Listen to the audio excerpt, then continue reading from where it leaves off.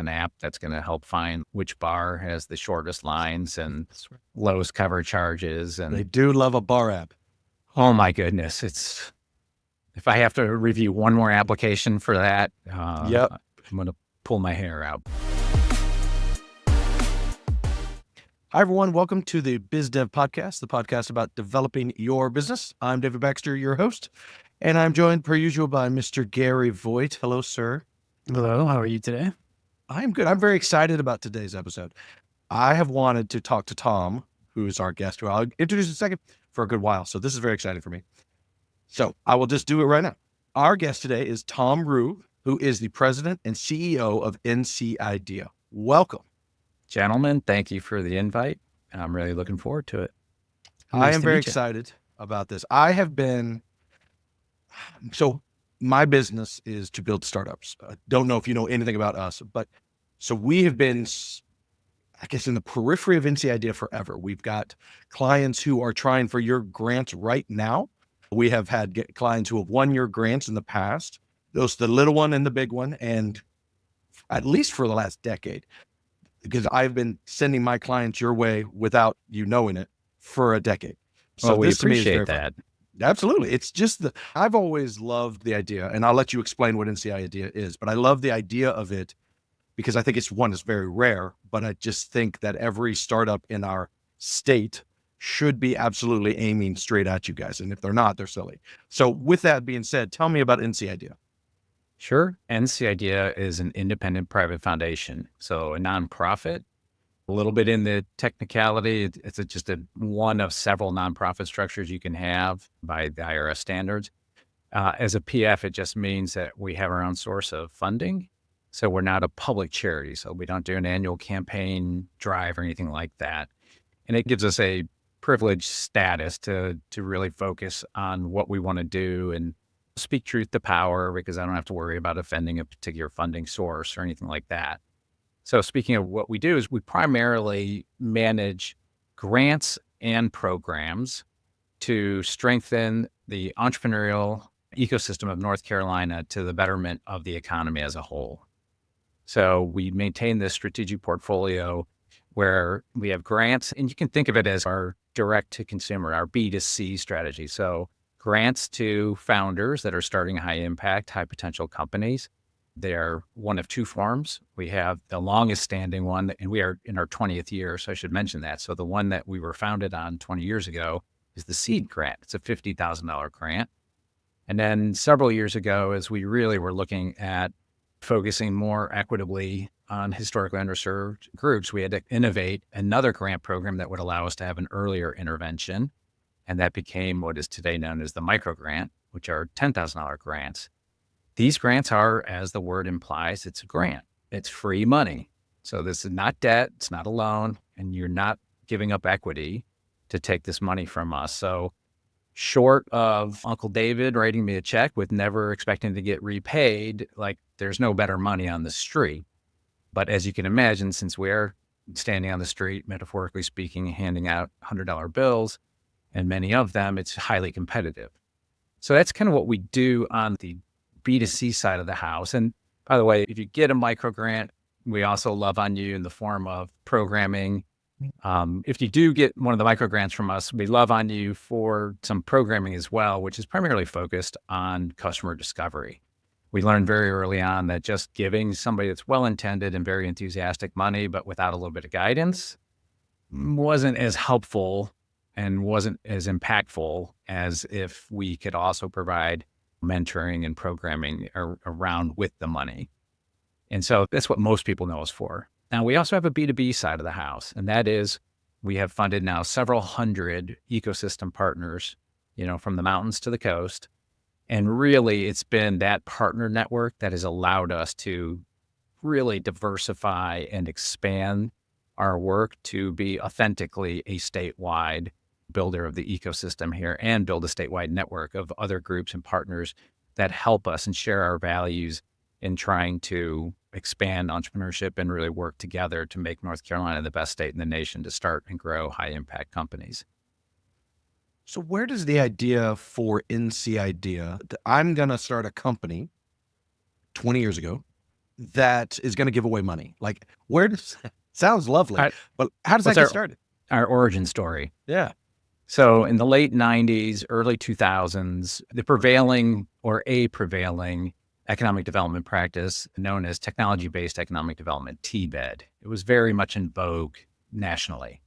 And so across the country, within states that had like tech clusters, which were usually defined by some R1 universities inside major metro areas, you saw this kind of need to amass a little bit of seed capital to fund high potential, high growth, typically private equity backable ideas. And that, like I said, that was known as technology-based economic development. And everybody jumped on that bandwagon. And that was great. That was the coin of the realm through like up to about 2010, 2011, 2012. What that also meant was, though, a lot of white dudes in major metro areas got funding for an app that fill in the blank. And that was rinse and repeat cycle and playing out on a national scale. And I say a little bit tongue in cheek, I don't mean to denigrate it, right? Sure. We didn't know then what we know now. With the benefit of hindsight, we can look back and say, oh, we should have probably taken a more equitable approach back then. You can't unring a bell. So it is what it is. And if you look at our early grant making, that was exactly what it was. 90% of our funding went to white men in the triangle, or I'd say tongue in cheek, we sometimes grew up and funded a white dude in Charlotte. And that was fine. And again, there's nothing wrong with that. At the time I came into the picture, which is now circa late 2015, I had been at the Kauffman Foundation long enough and I'd been doing ecosystem building on an international scale. And I was seeing how much economic impact and potential was being left on the table because nobody had really gotten creative about taking, frankly, the effort to find high potential, high impact entrepreneurial ideas that looked different than what the model had been historically funding. And as a condition of hiring me all the way back, March 1st, 2016 was my 9th year anniversary. I had negotiated with the board that hired me, like, this is my thesis that we could do better. And by the way, I don't mean to exclude any group. Nobody's excluded from this model. What we really did was we spent millions through the Ecosystem Partner Program at leveling the playing field by funding these partners that served historically underserved groups, BIPOC, female, rural founders. Because if you come to the Triangle, in Charlotte, or even in the Triad for that matter, right? There's so much here already to help you, and you can't swing a dead cat without finding an event to go to, without finding a angel fund that you can pitch to. These areas are doing just fine and thriving, so there's been no decline per se in like cool stuff getting funded. But the whole notion there was like, there's other people with good ideas that could have high impact, and that impact being a subjective term, and I'm sure we'll get into talking about how we define that later. But you have to make the effort. You got to put in the time. And then once you've done that, and you can see it in the data in your application pools, that your applicants are more diverse now, and you're seeing more geographic participation. And 9 years ago, I would go to an event in one of our rural communities and say, hey, you've ever heard of NC Idea? And it would be uncommon that nobody would raise their hand. Now, like, we're welcomed like old friends. We're there for a family reunion because we've been showing up, we've been funding things, we've been leveling the playing field so that the community has a sense that it's a fair fight. And once it is, then we could sit back and say, okay, let the best ideas get funded. And I have now, a question. sure. You mentioned that you started to see the diversity come in.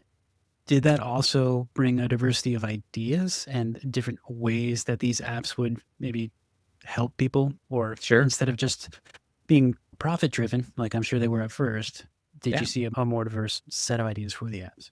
Absolutely. Great question, Gary. Yes, is the short answer. And then let me expand on that by just telling you, for example, as we focus more on rural, we saw a lot more interesting ag tech plays, right?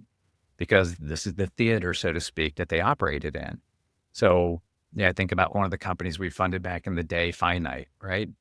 By the way, this was an immigrant founder from Australia. And he understood inherently, especially down east in the state, the problem of hog waste lagoons, right? This is some really nasty, pun intended. I don't even know if it's a pun because it's quite literal. And environmentally, it's very caustic and it has very negative implications.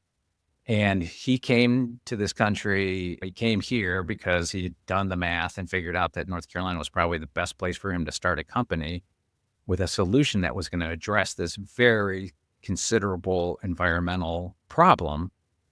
And we looked at that and said, if he's successful, not only is there just a really good, viable business here that we can support, right? The projections and the numbers and the TAM all point to like, yeah, this is something we could back, but it also solves some other big problems for the state, right? So we see, again, if you go more with a rural focus, you can see a lot more of this kind of ingenuity that isn't top of mind in, let's just say, major metropolitan areas, right?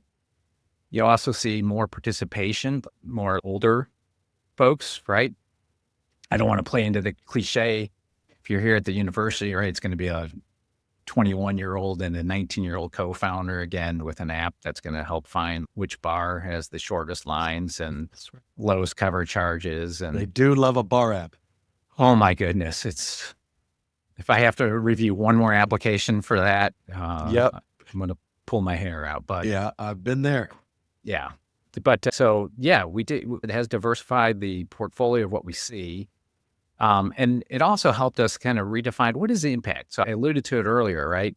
But what does impact mean? In the most traditional sense, it's a company that will raise private equity, right? Angel investor, venture capital, there'll be an exit. Few people will become wealthy. A bunch of people will make some money and life goes on, rinse and repeat. That's all well and good. Dirty little secret of that kind of exit, though, it doesn't have as much employment impact per se, and the wealth creation is typically more limited. Now, if you're in a rural community, what does impact mean? A company that creates 30 jobs? That's huge. Yeah. That's huge. And since we're a private foundation, a nonprofit, and we give away the money, we're not on a cap table. Our lens isn't the traditional like angel investor lens, right? And I appreciate the opportunity to explain this because sometimes I get a little sideways with our capital stack on this.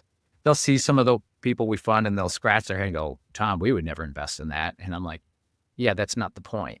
Sure. Right. We want to find companies that are going to have an impact in their community. They're going to strengthen their community economically. And if they're creating jobs and they're going to be just $2, $3 million a year business for the next couple decades, that's impact. And so we'll consider those, right? That leads to my question that I was wondering, are you typically trying to find companies that are going that investment route versus say a good lifestyle business or something like that? Or do you care? We do care. So lifestyle, Soho, right? Like we're not going to do that. And I hope you'll forgive the crude metaphor, but we actually have a metaphor around this to explain it. And we call her Susie's Pickles.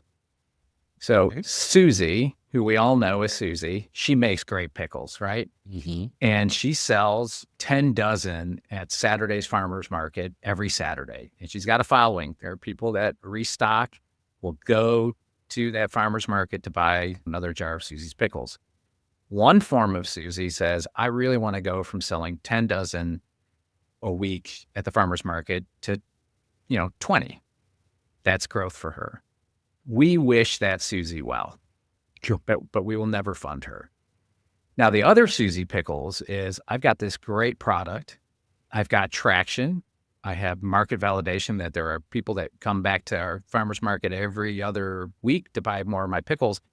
And I think my pickles should be in every Whole Foods store, coast to coast.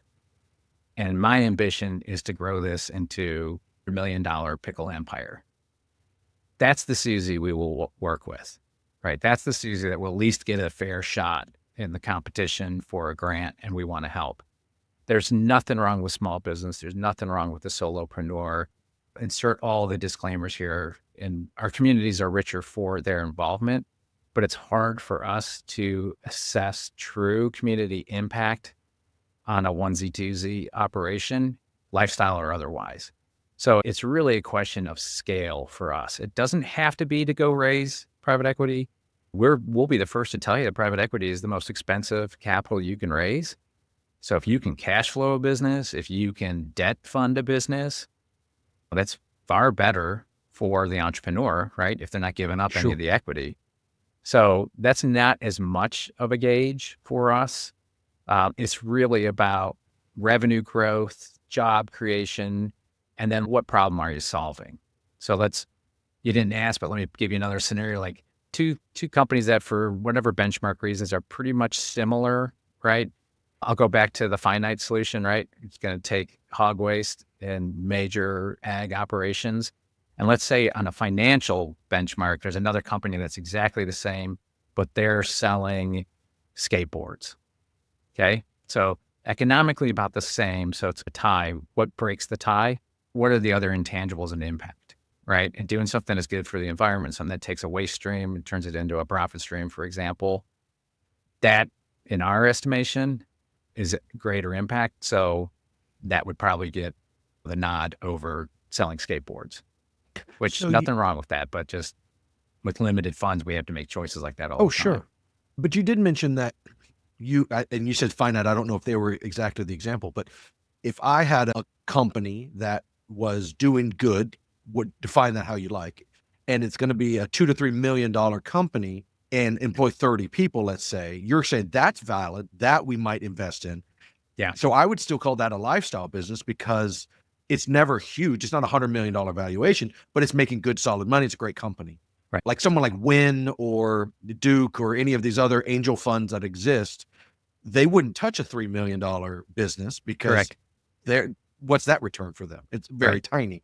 So there is a difference there. You guys just define no onesies and twosies, but it doesn't have to be a rocket ship. No, and keep in mind, like, what's huge and what's big, that's subjective too, right? I've been an entrepreneur. The first 20 years of my life were entrepreneurial. And I can tell you some of my earlier startups, when they were even smaller, like 5, 6 million, I personally was making more income than I was when we were in companies that were like, I was in one company, we raised 164 million in venture capital. And I made less money in that company than I did in the one that we sold to that company. That was a roll up. Right now, part of that was because the equity that we ended up taking as part of the acquisition also wasn't worth a damn after the .com implosion. Sure. But so it's subjective and it's relative. That's why we admit to this, by the way, there is no hard and fast algorithm. As good as AI has gotten, there's no way to say definitively this is better than that. We've been at this long enough. We have enough really good people, and I don't mean just staff. I mean our incredible board, our 100+ core reviewers and volunteers that help us with the process. Collectively and subjectively, we can look at it and say, to make that $2-3 million company, it's going to have 20, 30 jobs. That's going to have an impact in Caswell County, for example. Sure. I use the example a lot when I talk to startups that if you go lifestyle and you have $1 million or $2 million in revenue, you're making a couple $100,000. You're living a very nice life and you have a wonderful future ahead of you. If you took money and you're making that same 1 to 2 million, you're on ramen and everybody's mad at you. Right. And that's just a choice. And you're hoping for the rocket ship that you get to be Sam Altman or whoever. But that's so rare. It's just such a strange goal. I've never understood. To me, if you make a company that's got 2-3 million, it's got 20 people, that's lovely. I don't know. Well, and you haven't even talked about what happens with dilution, right? Or as we call it, the cookie discussion. When you own 100% of the cookie, you control your destiny from sunrise to sunset. You take other people's money, you start giving up some of that autonomy. A lot of advice starts coming your way. And not all of it good. Not all of it good, yeah. But you still have to listen to them. Yeah.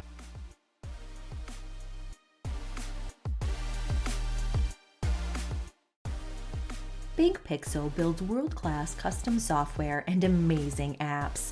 Our team of pros puts passion into every one of our projects. Our design-infused development leans heavily on delivering a great experience for our clients and their clients. From startups to enterprises, we can help craft your ideas into real-world products that help your business do better business. I have a quote from you that I thought was lovely, and I'm gonna feed it back to you in a way. Your quote, the world's greatest natural resource is the entrepreneurial potential of people. I love that. That's very good. How does that play out in North Carolina? If we were being really literal, we'd call it the entrepreneurial mindset. It's entrepreneurial thinking, it's entrepreneurs that are worried about the biggest problems right now in the world. And it will be that kind of thinking and those kinds of individuals that will lead to solutions on that. And that's been true to the first entrepreneur that stepped foot on the planet, right? And you can test it like in the most dire situations. Go into Gaza or anywhere else there's global conflict, Ukraine, right? In war-torn territories. You know who the economic first responders are? The entrepreneurs. Entrepreneurs. Yeah. They're the first ones out there looking for signs of life. They're the first ones looking to exchange goods and services to create value for others. And that to me is as beneficial as anything we can harvest from the sun or dig up from the ground. And so they do that. They solve problems. They create new things, right? And they create wealth for themselves and others. And this has been well documented, and I have to give credit where it's due. This is something I learned at the Kauffman Foundation, and we did case studies on like Bill Gates, right? When he created Microsoft, yeah, it made him mega wealthy, but like the tools that Microsoft sold and put out in the world allowed probably billions now of people to start businesses and run businesses, right? Like they create the tools that other people use to create their companies and to create incomes that sustain themselves and their families and things like that. And again, that's way beyond anything that we can pump into our gas tanks from oil that we dug up from the ground. And that's why I call it a natural resource, and it's regenerative, right? As long as we sustain ecosystems that encourage it, you want to see a part of the world that's dying, look for a lack of entrepreneurial activity. You want to see parts of the world that are thriving, look for the presence of entrepreneurial activity. It maps out and correlates exactly like that. Nice. No, I don't think I'd ever thought of it as like a natural resource, but that's really profound, but also very cool. All right, here we go. You mentioned earlier that you have worked globally, working all over. You mentioned Kauffman Foundation. What inspired you to end up here in a second tier, nicest way to put it, Raleigh's a second tier city, even though that's home. Why did you end up here? I like to tell people I'm not here by accident, right? So I did travel literally the world for Kauffman as one of the few, we didn't call them ambassador roles, but that was part of my job description. So from Brazil to Bangladesh to the Middle East, the African continent, I got to go see this. And then domestically, of course, Kauffman poured tens of millions of dollars into ecosystem plays across the country. They used to, at least, I should say. And that was in my portfolio. So I got to see firsthand. And then for most of my term at Kauffman, I also served on the board of the Keenan Institute of Private Enterprise. So I had reason to come to North Carolina. UNC was one of the Kauffman campus's grantees. So there was Kauffman money down here. And then just as a kid from Cleveland, Ohio, and I don't know, some anthropologist has got to do the study on this. The Outer Banks is like wicked popular with people in Northeast Ohio. Like 1 in 3 cars will have an OBX sticker on the back. So I had been coming to the Outer Banks with my family since 1972, I think was the first time we came down, like when there weren't these mansions on the beach and we had a little pop-up camper. So I had great affection for North Carolina to begin with.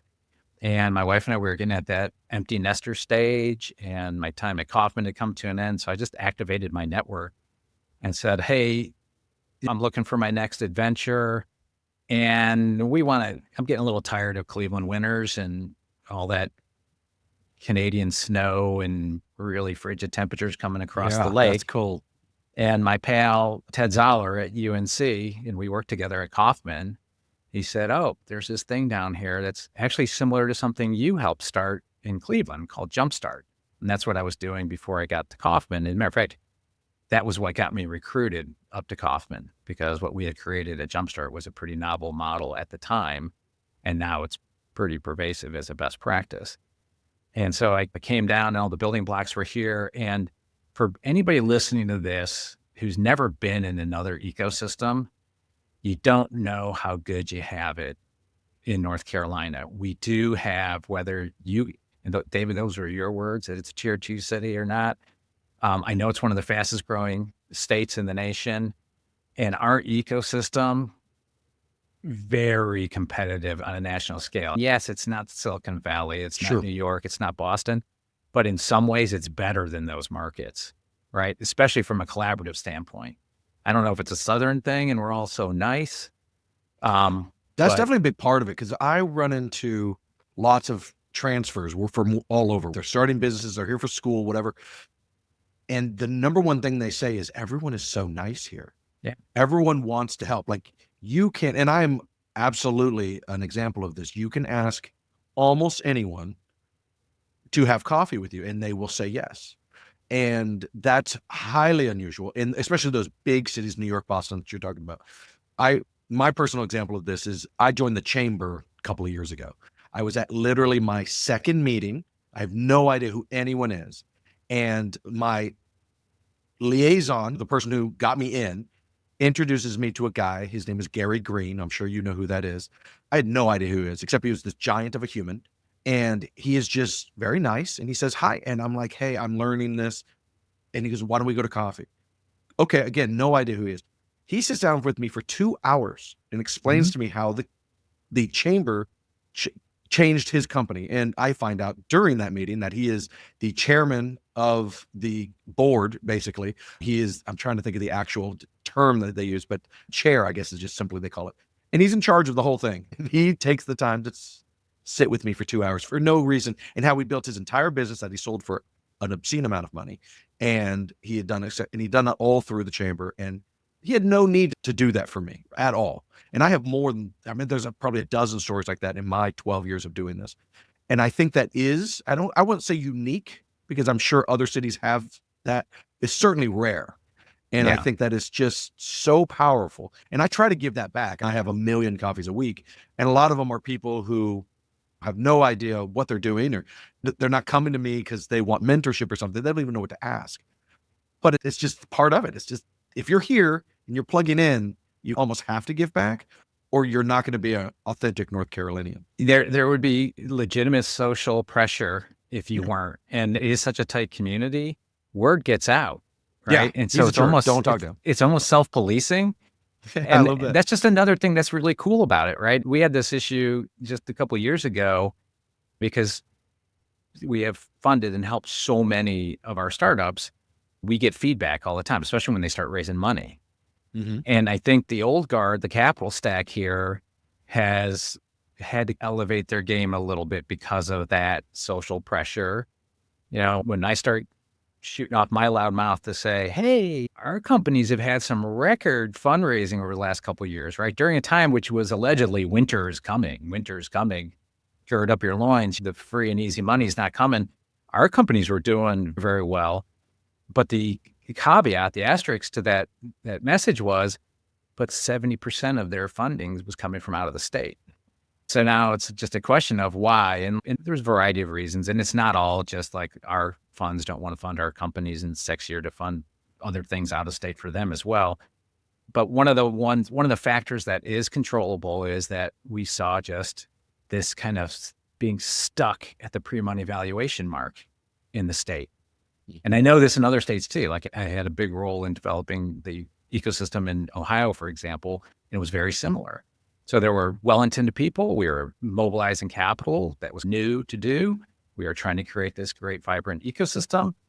But there's a certain, to be polite, I'll use a word, I'll say quaintness to it. Like it's like they could never imagine any company ever pitching them with any pre-money valuation over 5 million. And then I would take a company out to Menlo Park and they won't even take a meeting with you if you're not at least at a 10 million pre. Same company. So when we're going out there to raise, of course it's, so yeah, we think it's 10, 15 million pre. And they're like, oh, okay, I'll take the meeting with you. Sounds great. Yeah. I hear that a lot. It's like there is a cap here and it's around, if you are raising only in-state money, you can raise maybe up to $2 million. If you need more than that, which a lot of them at some point do, you almost have to go out of state. And I'm not sure if that's just, it sounds so silly, but is that because there's just not enough rich people around here? Or there's just so many more in New York and California? Or is it just we just don't give that kind of money around here? I think with a couple exceptions, what did you say Raleigh was a B-level city? Is that what you said? Second tier. Second tier. That comes Se- from music. Like when Okay. they talk about concerts, there's Yeah. New York and Dallas and LA. Raleigh is a second tier city. That's where that comes from. Got it. I think we're a little stuck, right? Some of the older funds here, they were the only game in town, so they could use that leverage to specify, to mandate terms.